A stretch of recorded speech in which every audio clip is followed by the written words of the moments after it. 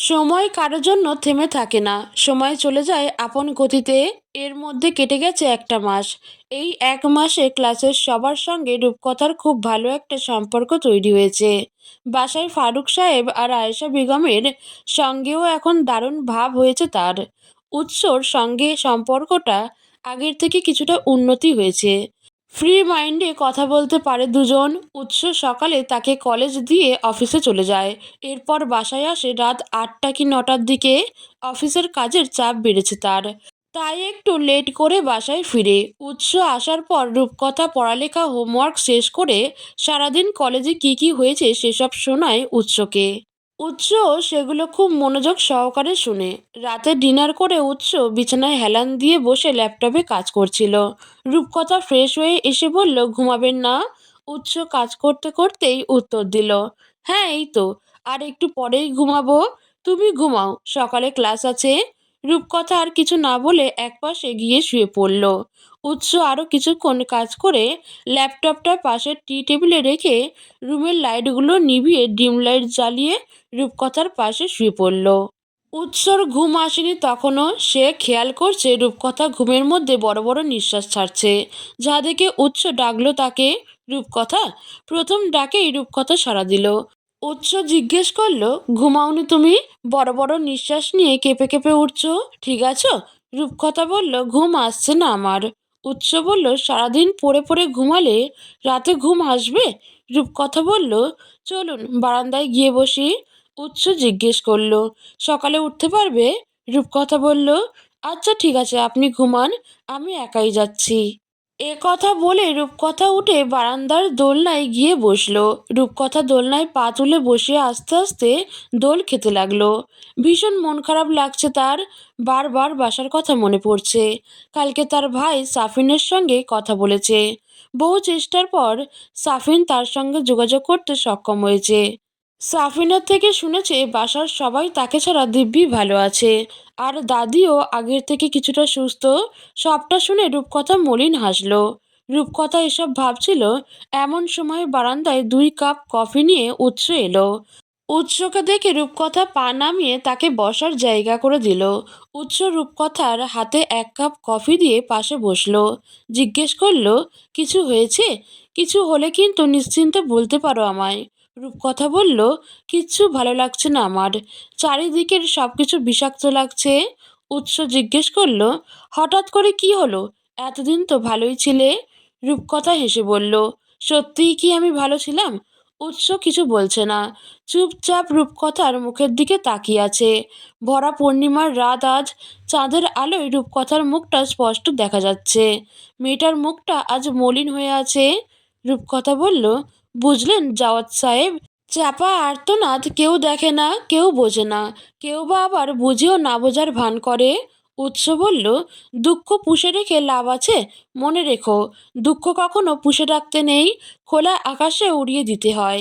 রূপকথা বলল, ভবিষ্যতে কি হবে আমার, এইটা নিয়ে ভাবলেই কষ্টে রুহ ছিঁড়ে যায় আমার।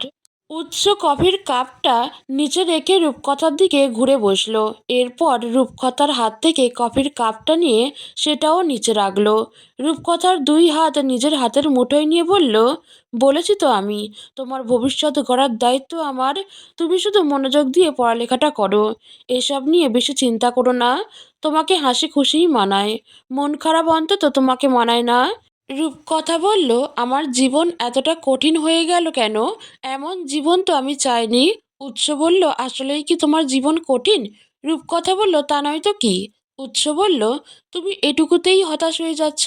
ভুলে গেলে চলবে না, তোমাকে অনেক দূর যেতে হবে, নিজের পায়ে দাঁড়াতে হবে। রূপকথা বলল, জামাইয়ের পা থাকতে আমি কেন নিজের পায়ে দাঁড়াবো? আমার তো ছোট থেকে ইচ্ছে ছিল জামাইয়ের কোলে উঠে বসে থাকবো।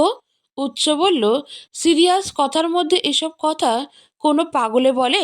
রূপকথা বলল, সিরিয়াস কথা ভালো লাগে না আমার, কারণ সিরিয়াস কথা নিয়ে ভাবতে গেলেই টেনশনে আমার মাথা ব্যথা উঠে যায়।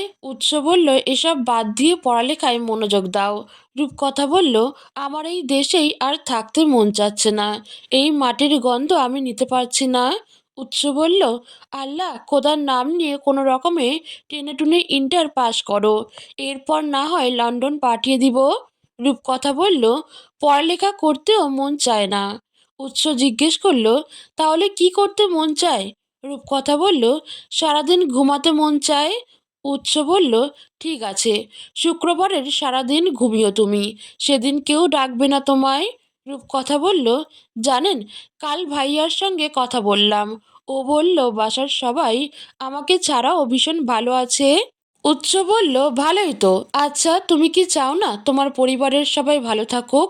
রূপকথা বলল, চাই, তবে সেটা আমাকে ছাড়া নয়। উৎস বলল, এইসব মনের মধ্যে গেঁথে রেখে লাভ আছে? রূপকথা কিছুক্ষণ চুপ করে রইল, এরপর জিজ্ঞেস করলো, কালকে তো আপনাদের রেস্টুরেন্টের গ্র্যান্ড ওপেনিং যাবেন না? উৎস বলল, যাব, তবে সন্ধ্যায়। রূপকথা আবদারের সুরে বলল, আমাকে নিয়ে যাবেন? উৎস বলল, ওখানে গিয়ে কি করবে তুমি?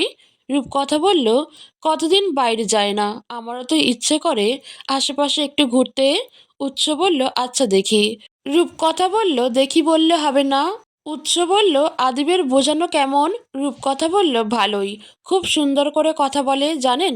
আদিব ভাইয়া মাঝে মধ্যেই আমার জন্য চকলেট নিয়ে আসে, আজকেও এনেছিল। আদিব রূপকথার জন্য চকলেট নিয়ে আসে শুনে হঠাৎই উৎসর ভীষণ রাগ হলো, কিন্তু রাগের কারণটা বুঝতে পারল না, তাই সেটা প্রকাশ করলো না। বলল, ঠিক আছে, মনোযোগ দিয়ে পড়াশোনা করো, উল্টোপাল্টা বিষয় নিয়ে টেনশন করার কোনো দরকার নেই। রূপকথা কিছু বলছে না, উৎস কিছু বলছে না, দুজন পাশাপাশি চুপ করে বসে আছে। কিছুটা সময় এভাবে অতিবাহিত হয়ে যাওয়ার পর রূপকথা ধীরে ধীরে নিজের মাথাটা উৎসর কাঁধে রাখলো, এরপর বলল, আপনার ভবিষ্যৎ কি সেটা নিয়েও আমার চিন্তা হয়।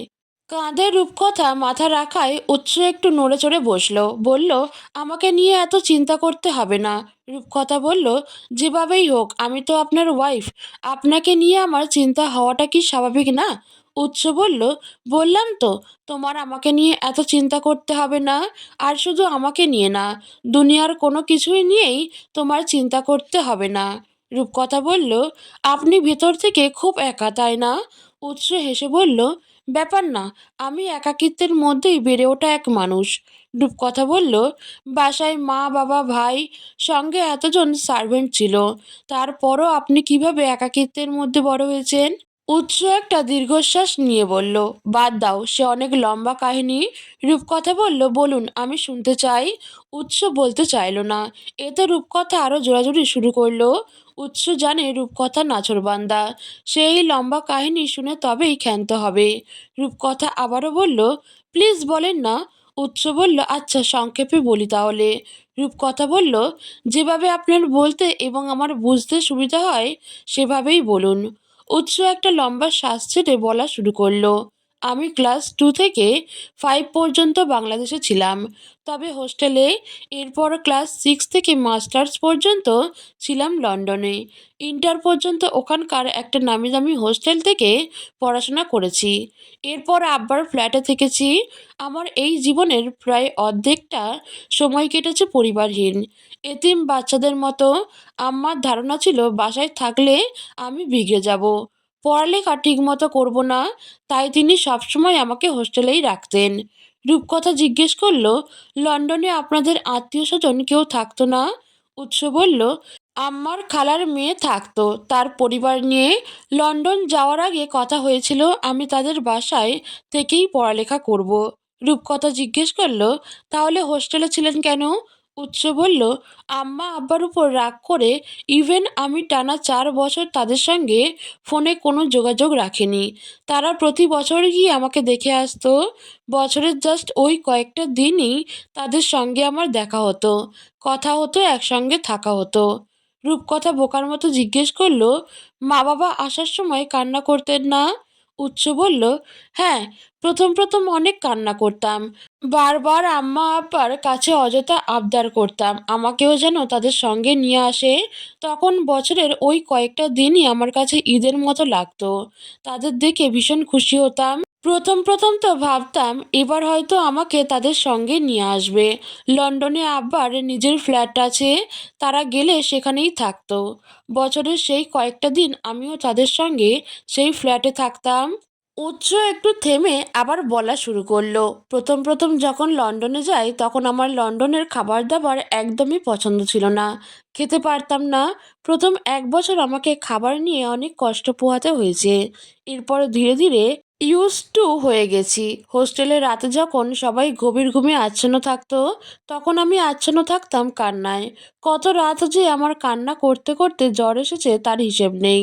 জ্বরের ঘোরে বারবার আম্মাকে ডাকতাম আর ভাবতাম, ইস, আম্মা যদি এখন পাশে থাকতো তাহলে কতই না ভালো হতো। আমার মাথার কাছে বসে জলপট্টি দিয়ে দিত, আমাকে আদর করে বুকে জড়িয়ে ঘুম পাড়িয়ে দিত। কিন্তু আফসোস, এসব কিছুই বাস্তবে হতো না। আর অবশ্য আমার বুদ্ধি বয়সের পর আম্মার সঙ্গে আমার এমন কোনো মুহূর্ত নেই, থাকলেও হয়তো মনে পড়ছে না। তো তখন আমার জ্বর নিজে থেকে এসে আবার নিজে থেকেই চলে যেত। আমার মনে আছে একবার আমার ধুম জ্বর এসেছিল। সেই জ্বর নিয়ে আমি টানা 8 দিন হাসপাতালে ভর্তি ছিলাম। তখন আম্মা আব্বা দেশে থেকে মোটা অঙ্কের টাকা পাঠিয়ে আমার সেবা যত্নের কোনো ত্রুটি রাখেনি। অথচ তখন আমার ইচ্ছে করেছিল আম্মার বুকে একটু মাথা রাখতে, আম্মার বুকে মাথা রেখে একটু গল্প শুনতে। কিন্তু বাস্তবতা আমাকে সেই সুযোগ করে দেয়নি। সেই জ্বরের পর থেকেই আমি একদম চুপ হয়ে গেলাম। আমার পরিবর্তন সবার চোখে লাগলো। সবাই দেখলো আমি চুপ হয়ে গেছি। কিন্তু কেন হয়েছি সেটা কেউ খোঁজ নিয়ে দেখলো না। আমি যেদিন দেশে আসি সেদিন আমাকে জড়িয়ে ধরে আম্মা অনেক কেঁদেছিল। কিন্তু বিশ্বাস করো, সেদিন আম্মার কান্না দেখে আমার একটুও কষ্ট হয়নি, একটুও খারাপ লাগেনি, একটুর জন্য মনে হয়নি আম্মার কান্না আমার থামানো উচিত। সেদিনই খুব বাজেভাবে রিয়েলাইজ করেছিলাম, একাকিত্ব আর দূরত্ব মানুষকে ভীষণ স্বার্থপর বানিয়ে দেয়। উৎস কথাগুলো বলার সময় অতীতে এতটাই মগ্ন ছিল যে সে খেয়ালই করেনি তার কথা শুনে তার পাশে বসা মেয়েটি নীরবে চোখের অশ্রু বিসর্জন দিচ্ছে। উৎসর পরনে টি শার্টটার কাঁধের অংশটা রূপকথার চোখের পানিতে ভিজে একাকার হয়ে গেছে। রূপকথা থেমে থেমে নাক টানছে। রূপকথার কান্না দেখে উৎস সত্যিই ভীষণ অবাক হলো। তার ভাবনার বাইরে ছিল কোনো মেয়ে তার জন্য কান্না করবে। উৎস জিজ্ঞেস করলো, আর ইউ ওকে? রূপকথা বলল, আমার ভীষণ কষ্ট লাগছে। আপনি এসব কেন বলতে গেলেন আমাকে? উৎস বলল, তুমিই তো জোর করলে আমায়। আর এগুলো তো সংক্ষিপ্ত কাহিনী, পুরোটা বললে তো মনে হয় তুমি স্ট্রোক করবে। রূপকথা কিছু না বলে শুধু কান্না করছে। উৎস কি করবে বুঝতে পারছে না। একটু সময় নিয়ে আবারও জিজ্ঞেস করলো, এভাবে কান্না করছো কেন? কান্না করার মতো কি এমন বললাম আমি? রূপকথা গলায় ঝুলানো ওড়নাটা দিয়ে নাক মুছে বলল, আমি বিশ্বাসই করতে পারছি না আপনার মধ্যে এত কষ্ট লুকিয়ে আছে। উৎস বলল, তোমাকে তো খুব স্ট্রং একটা মেয়ে ভেবেছিলাম, কিন্তু এখন দেখছি তুমি একটা ছিটকাঁদুনে। শোনো, এসব কথা আমি লাইফে কখনো কারোর সঙ্গে শেয়ার করিনি, আজকেই ফার্স্ট তোমাকে বললাম। কিন্তু বিশ্বাস করো, তুমি এভাবে কান্না করবে, আগে যদি বুঝতাম তাহলে আমি তোমার সঙ্গে এসব জীবনেও শেয়ার করতাম না। রূপকথা বলল, আমি চাইলেও কান্না থামাতে পারছি না, আমার কলিজা ছিঁড়ে যাচ্ছে। উৎস বলল, ইয়া আল্লাহ, কি মুসিবতে পড়লাম, প্লিজ কান্না থামাও। কান্না না থামালে কিন্তু আর কোনোদিন তোমার সঙ্গে কিচ্ছু শেয়ার করব না। রূপকথা নাক টেনে নিজেকে শান্ত করার চেষ্টা করে বলল, আমি চেষ্টা করছি। উৎস বলল, ওকে, সেটা না হয় বুঝলাম, কিন্তু আমার টি শার্টটা যে এভাবে নষ্ট করে দিলে তার কি হবে? রূপকথা বলল, ঠিক আছে, ব্যাপার না, আমি একটা নতুন কিনে দেব। উৎস জিজ্ঞেস করলো, টাকা কোথায় পাবে? রূপকথা বলল, কেন, আপনি দেবেন? উৎস বলল, সিরিয়াসলি, আমার টাকা দিয়ে আমাকে এই টি শার্ট গিফট করবে তুমি? রূপকথা বলল, হ্যাঁ, করবই তো। আর আপনার টাকা মানে? উৎস বলল, আমার টাকা মানে আমার টাকা। রূপকথা বলল, বিয়ের পর ছেলেদের বউ ছাড়া নিজের বলতে আর কিছুই থাকে না। আপনি সহ আপনার টাকা পয়সা সব কিছুতেই আমার ভাগ আছে। শেষের লাইনটুকু শুনে উৎসর হৃদয় থমকে গেল। তাকে কেউ নিজের বলে দাবি করছে, চিন্তা করা যায়। উৎস বলল, অনেক তো রাত হলো, এবার অন্তত ঘুমাই চলো। রূপকথা বলল, ঠিক আছে, আপনি ঘুমাতে যান। উৎস জিজ্ঞেস করলো, তুমি ঘুমাবে না? রূপকথা বলল, না, আজকের আর ঘুম আসবে না। উৎস বলল, এখন না ঘুমালে কাল সবগুলো ক্লাসে ঝিমাবে তুমি। রূপকথা বলল, ব্যাপার না। উৎস বলল, বেশি কথা না বলে ঘুমাতে চলো। রূপকথা বলল, সরি, আপনার কথা শুনতে আমি আগ্রহী নই, প্লিজ গিয়ে ঘুমিয়ে পড়ুন। উৎস এবার একটা কাজ করে বসলো, উঠে রূপকথাকে কোলে তুলে নিল। রূপকথা শক্ত করে উৎসর টি শার্টের বুকের অংশ আঁকড়ে ধরে আছে। উৎস বলল, আর একটা কথা বললে কোল থেকে টুপ করে ফেলে দেব। রূপকথা হেসে বলল, আমি জানি আপনি ফেলবেন না। রূপকথা এক দৃষ্টিতে উৎসর চোখের দিকে তাকিয়ে আছে। উৎস সোজা হেঁটে বিছানার কাছে গিয়ে রূপকথাকে কোল থেকে ফেলে দিল। হঠাৎ এভাবে ফেলে দেওয়ায় রূপকথা নিচে পড়ে গেছে ভেবে ভীষণ ভয় পেয়েছে। পরক্ষণেই দেখলেও না, নিচে পড়েনি, তুলতুলে বিছানায় পড়েছে। উৎস বলল, চুপচাপ ঘুমাও। রূপকথা জিজ্ঞেস করলো, আপনি ঘুমাবেন না? উৎস জবাব দিল, টি শার্টের যে বেহাল দশা করেছো, এই বেহাল দশা নিয়ে ঘুমানো যাবে? এ কথা বলে উৎস একটা টি শার্ট নিয়ে ওয়াশরুমে চলে গেল। রূপকথা বালিশের পাশ থেকে মোবাইলটা নিয়ে দেখে 3:44 বাজে। এখন ঘুমালে উঠবে কখন? এসবই ভাবছিল রূপকথা। উৎস চেঞ্জ করে এসে বলল, এখন ঘুমাওনি তুমি? রূপকথা বলল, ঘুম আসছে না। উৎস বলল, তাহলে উঠে পড়তে বসো। রূপকথা হাই তুলতে তুলতে বলল, ওকে, গুড নাইট। কথাটা শেষ করেই ধপাস করে শুয়ে পড়ল রূপকথা। উৎস সেদিকে কিছুক্ষণ তাকিয়ে থেকে নিজেও অন্য পাশে গিয়ে শুয়ে পড়ল। কলেজ ক্যান্টিনে বসে আছে রূপকথা, ওয়াহি, ইতু। একটু পরেই তাদের খাবার চলে আসবে। তিনজন বসে অপেক্ষা করছিল। এর মধ্যেই ইতু বলল, চল, আজ কলেজ ছুটির পর কোথাও থেকে ঘুরে আসি। ওয়াহি জিজ্ঞেস করলো, কোথায় যাবি? ইতু বলল, পাশেই যে লোকটা আছে না, ওখানেই চল। বিকালের টাইমে ওখানে সুন্দর সুন্দর ছেলেরা থাকে। ওয়াহি বলল, এ ভাই, যে অবস্থা দেখতেছি, তুই তো লুচ্চামির আগুনে পুড়ে পুরোই ধ্বংস হয়ে যাবি। ইতু বলল, নিজের জীবন ধ্বংস করা শেষ, এখন জামাইয়ের জীবন ধ্বংস করার পালা। রূপকথা বলল, তুই না বিয়ে করবি না বলেছিলিস? ইতু বলল, জীবনে যদি কখনো বিয়ে করি তাহলে আমার জামাইকেই করব।